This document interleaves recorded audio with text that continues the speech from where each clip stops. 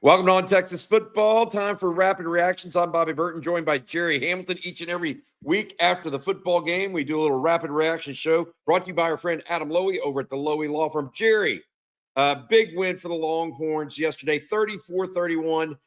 They go to the wire. It looked like it should have been a 2 or 3 score win easily.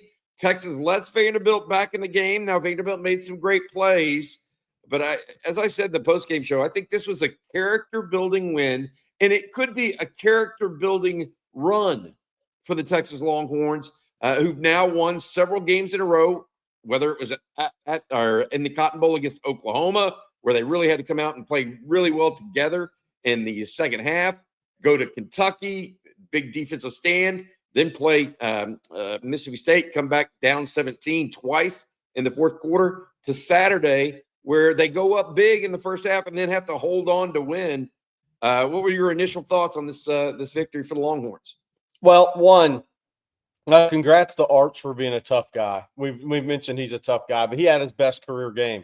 He hadn't strung together back-to-back good games, high-level games, since he's been the starter at Texas. Arch is easily playing his best football he ever has at Texas. Saturday, that's what we watched from Arch Manning. No quarterback's perfect, but that is easily the best football he's ever played at Texas, in my estimation, because of the circumstance, and it just shows the growth for him. I thought Trey Wisner was tremendous for Texas. I thought Emmett Mosley has been a big difference maker for Texas, not just catching the football, but blocking on the perimeter. One of the things that was a weakness of this team early on, Colin Simmons is just a havoc-wreaking player, even if he's not making the sacks. He's getting non-holding calls, probably a handful of them in this game, but he is just chasing quarterbacks off their landmarks and off their spots. And it was a really good effort by the Texas Longhorns. And I know, Sark talked about, well, we let the refs get to us, and I'm not so sure I go there. I think not having Taft and Jelani McDonald late in that game is a big deal. But I thought Texas, even though the way the game ended wasn't pretty, I thought Texas played, for the most part, their best game of the season, as in all 3 phases. Even though because the defense had the injuries, Bobby, and I think that was big at safety in this game. I do think so. I agree with you. I mean, look, they had 3 of their top safeties out for some of the game. Xavier Filsaime also went out at one point in time. Not only and Jelani McDonald was out for almost the entire game after the first series. And, of course, Michael Taft did not play at all. Gerry, what about this idea that maybe it's a character-building win, though? They have won these games, these last 4, in different ways. They're now 7-2. They're kind of putting it together on offense, you would say. Sark's found something that works, at least in the last 2 games. What are your thoughts on whether or not this team – I'm not saying they're over the hump and they're going to be great from here on, all that stuff. But it feels like it's a young team that's learning to win. Yeah, my overwhelming thought on the Texas offense is if they continue to slowly ascend or look like they have in the last, 78 minutes now of football, I think we're going to look back and say A.J. Milwee going to the box from the field was huge this season.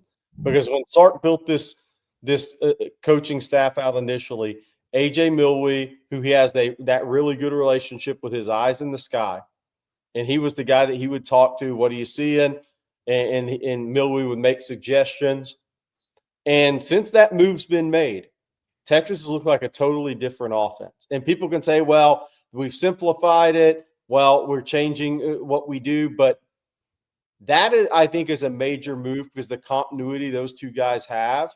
And when you look at the way Sark originally put this staff together, A.J. Milwee was his eyes in the sky. And then when he brought him down to the field last year to help Quinn out, that carried over to this year. But I'm not sure it's a coincidence that move was made before the Mississippi State game and what we've seen on offense the last 2 weeks. I just have a feeling we're going to look back on that and say that created the continuity I think that Sark may have needed from somebody with the eyes in the sky to help him which also in turn helps the team. Well, they've certainly been more productive in the last 2 games. I just think finding a way to win like they are, no matter what it is. I mean, we talked about this prior to the game, Jerry, on Friday afternoon at the co-op. They needed to get off to a good start, right? We said Texas needs to get on top and make Vanderbilt play catch up.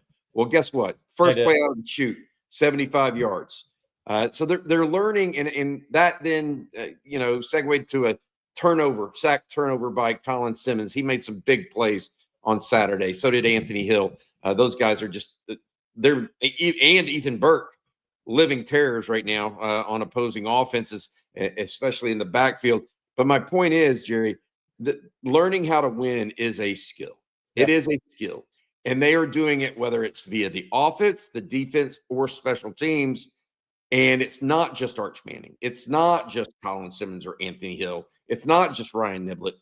It's a team. And we're seeing the value of that. All right, before we go to the next topic, Jerry, let's talk about Adam Lowy and the Lowy Law Firm. Thank you to Adam and his firm for sponsoring On Texas Football and Rapid Reactions here with Gerry Hamilton and myself.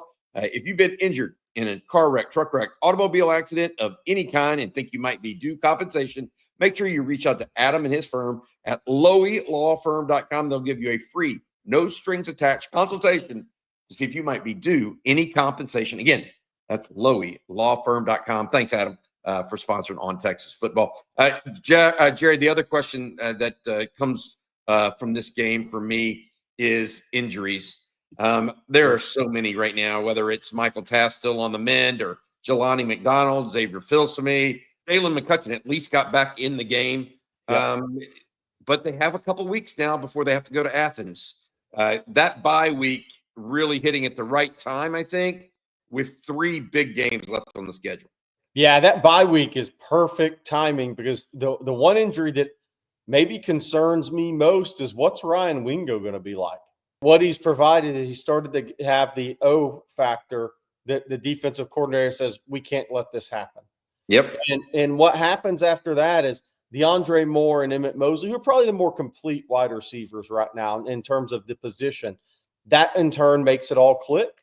And that Wingo injury, if Texas had to play Georgia this week, I'd be pretty concerned because the offense is starting to find a groove. And if he couldn't go a week from now, that does take away the quick game, catch and run receiver on this team right now. That is a good point because we've been crying out for, hey, somebody else needs to step up and help Arch make big plays, right? Wingo's done that a couple weeks in a row now, and then you would go into this game or the next game uncertain, but with a week off, you would think that he'll be back in time for Georgia. I will say this, though, Emmett Mosley coming along, 7 catches. Big game for him on Saturday. Parker Livingston, another solid performance. DeAndre Moore, solid. Jack Indries, he seems like he's getting more touches in the high red zone right now than he has previously. But really, Jerry, the story of the game on Saturday was Arch Manning. To your point, when we first started, 25 of 33 for 328, 3 touchdowns. The other story of the game, the offensive line.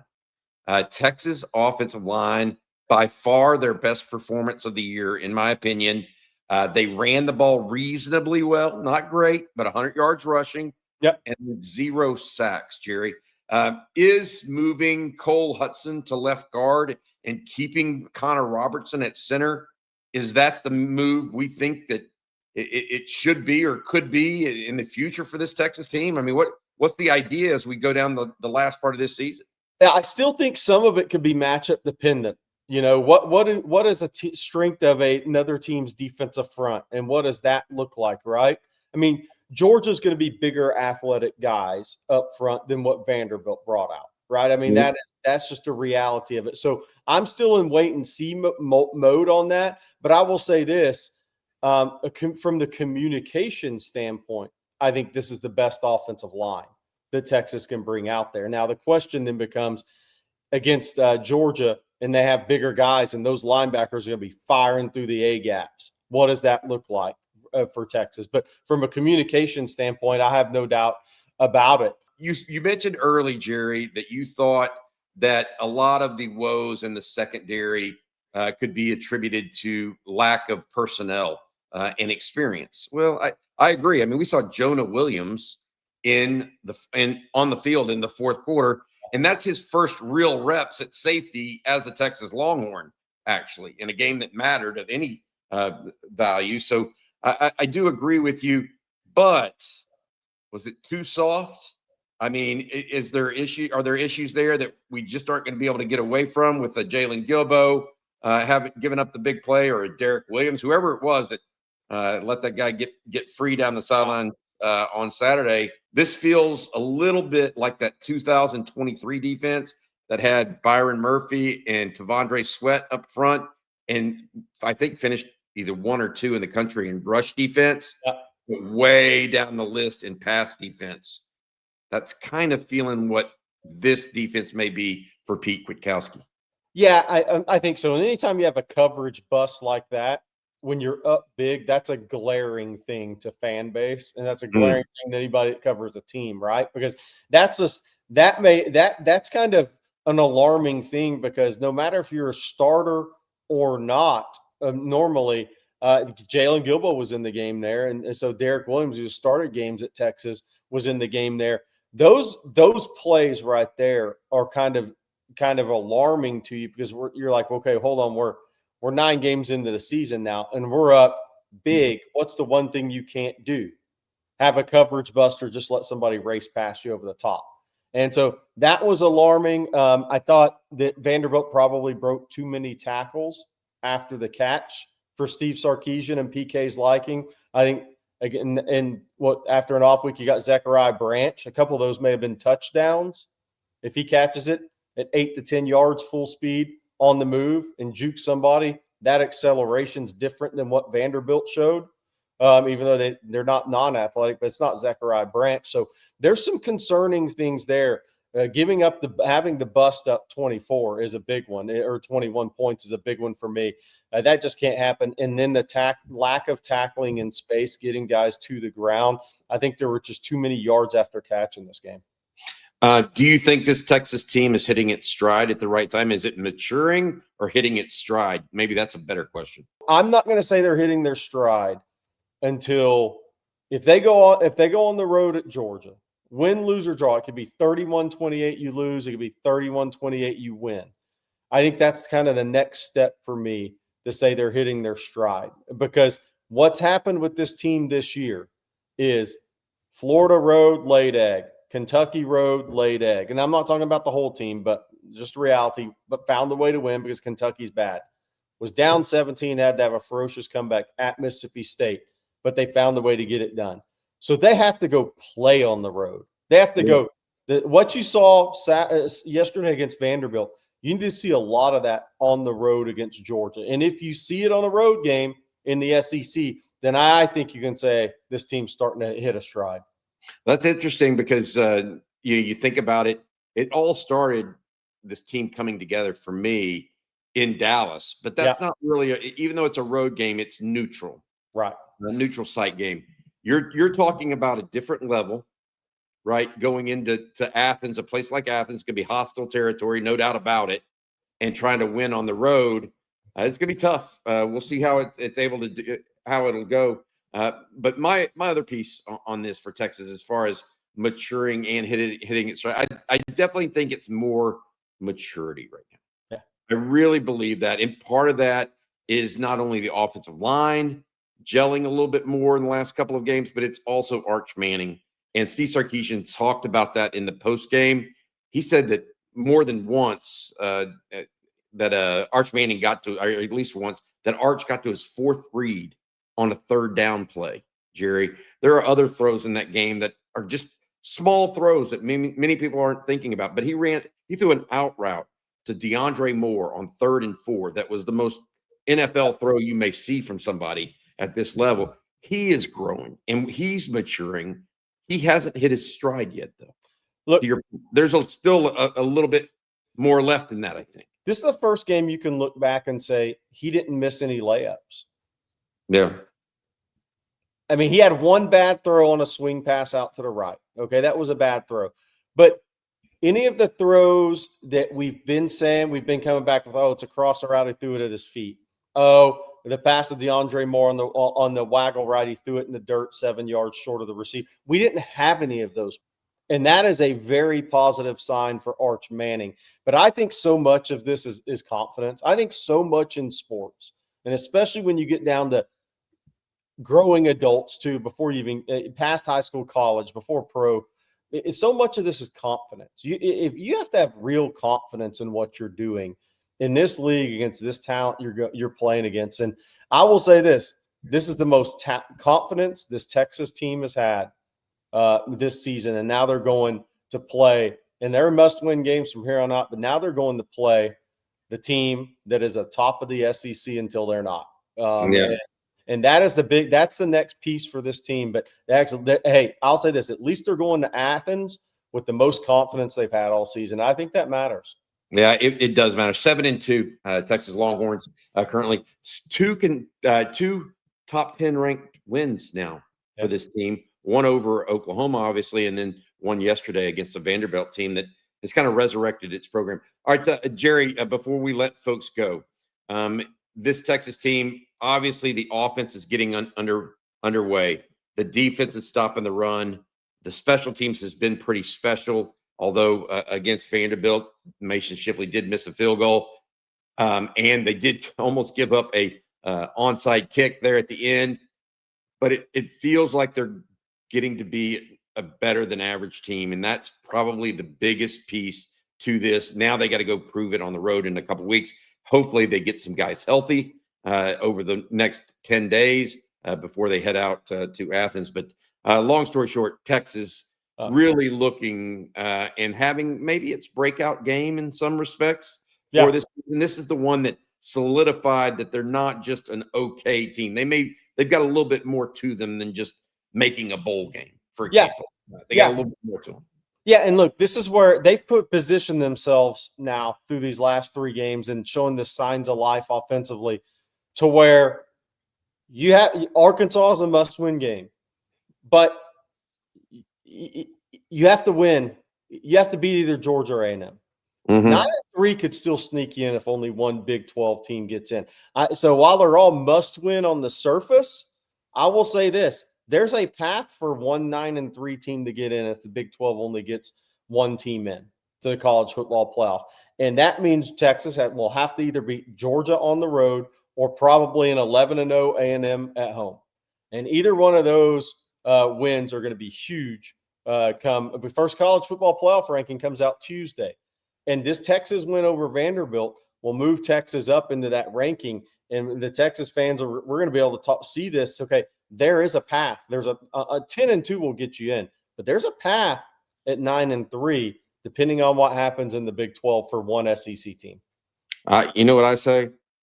Why not win all 3? Just go ahead and get it too and have your own spot. But that'll be for another. All right, this will do it for today's Rapid Reactions. Again, thank you to Adam Lowy and the Lowy Law Firm for their sponsorship of On Texas Football. If you've been injured in a car wreck, truck wreck, automobile accident of any kind and might be due compensation, reach out to Adam and his firm for a free, no strings attached consultation. Again, that's LowyLawFirm.com. They've been helping injured Texans for 20 plus years. Texas Law School grad, Adam Lowy and the Lowy Law Firm. All right, Jerry, thanks for joining us. We'll have more later today. We've got grades coming up with Coach Shipley, as well as CJ Vogel and Jeff Howe.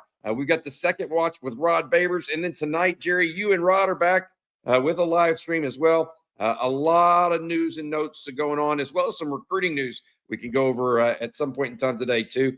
For Gerry Hamilton, as well as our producer, Matt Hutchinson, I'm Bobby Burton. Thanks for watching. Hook up.